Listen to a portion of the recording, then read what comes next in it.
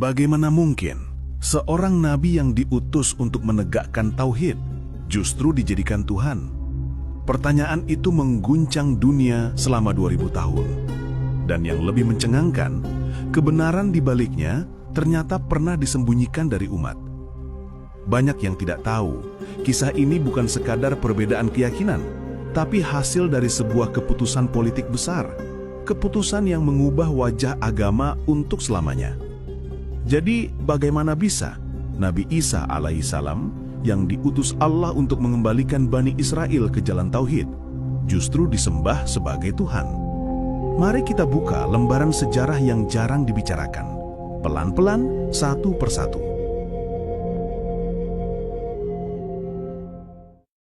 Beberapa tahun setelah Nabi Isa diangkat ke langit oleh Allah, ajaran beliau masih dijaga oleh para Hawariyun, murid-murid sejatinya. Mereka menyebarkan risalah tauhid. Tidak ada Tuhan selain Allah.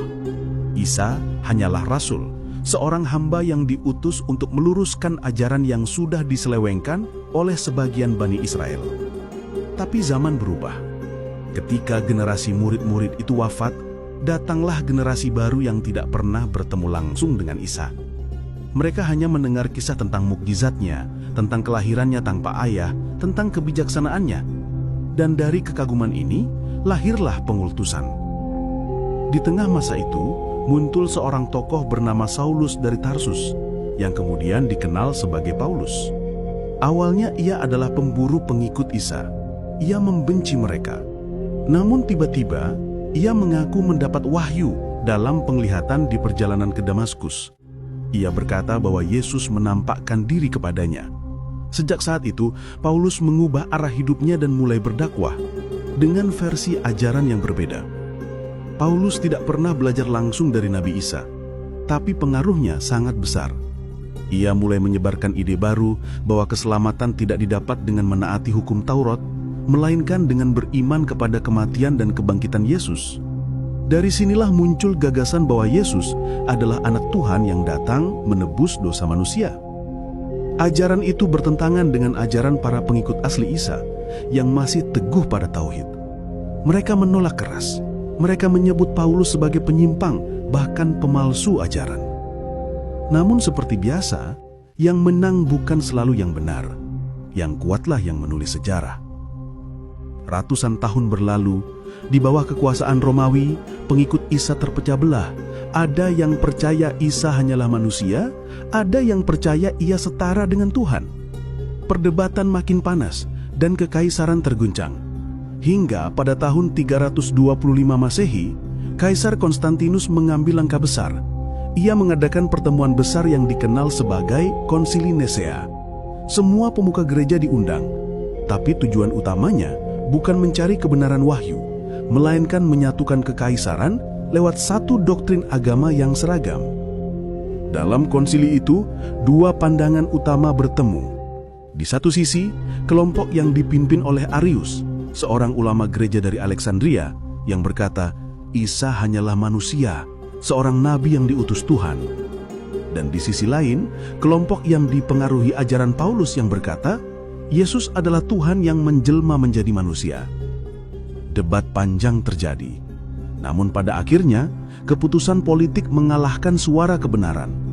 Ajaran Arius yang menegaskan keesaan Tuhan dinyatakan sesat. Buku-bukunya dibakar, pengikutnya diusir. Dan ajaran yang menyatakan Yesus adalah Tuhan Anak disahkan secara resmi sebagai doktrin gereja. Dari sinilah muncul konsep Trinitas, Tuhan Bapa, Tuhan Anak, dan Roh Kudus. 3 tapi 1, 1 tapi 3. Sebuah konsep yang bahkan banyak teolog Kristen sendiri sulit menjelaskannya secara logis. Padahal dalam teks-teks kuno yang tidak lolos seleksi Nicea, seperti Injil Barnabas atau catatan komunitas Nazorainian, Yesus disebut tegas sebagai nabi, bukan Tuhan. Ia berdoa kepada Allah, ia menyebut Allah sebagai Tuhannya, dan ia tidak pernah menyuruh siapapun menyembah dirinya. Namun karena Kekaisaran Romawi menggabungkan agama dengan politik, ajaran yang sesuai kepentingan negara dijaga, sementara ajaran yang menentangnya dihapus dari sejarah resmi. Kitab-kitab yang tidak mendukung doktrin Trinitas dicap apokrif, disembunyikan, atau dihancurkan. Sedangkan Injil yang sejalan dengan keputusan konsili, Injil Matius, Markus, Lukas, dan Yohanes, dijadikan kitab suci resmi. Dari situ terbentuk agama baru dengan wajah baru, yang kini dikenal sebagai Kristen Romawi. Ajaran tauhid Nabi Isa pelan-pelan hilang dari tangan umatnya sendiri. Tapi Allah Maha menjaga. 6 sahabat kemudian, risalah itu dibangkitkan kembali lewat Nabi Muhammad SAW yang datang bukan membawa agama baru, tapi mengembalikan kebenaran lama yang telah disembunyikan.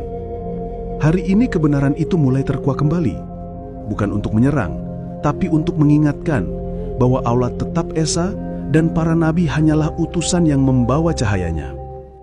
Jadi jika kita telusuri dengan jujur, Nabi Isa tidak pernah mengajarkan bahwa dirinya adalah Tuhan. Ia tidak pernah berkata, "Sembahlah aku." Yang diajarkan hanyalah satu kalimat abadi, "Sembahlah Allah, Tuhanku dan Tuhan kalian." Quran Surat Al-Ma'idah ayat 117. Trinitas bukan wahyu, tapi hasil keputusan manusia dalam rapat politik di Nicea. Dan dari sanalah sejarah berubah, bukan karena kebenaran dihapus, tapi karena manusia lebih memilih kekuasaan daripada petunjuk langit. Hari ini kebenaran itu mulai terkuak kembali, bukan untuk menyerang, tapi untuk mengingatkan bahwa Allah tetap esa dan para nabi hanyalah utusan yang membawa cahayanya.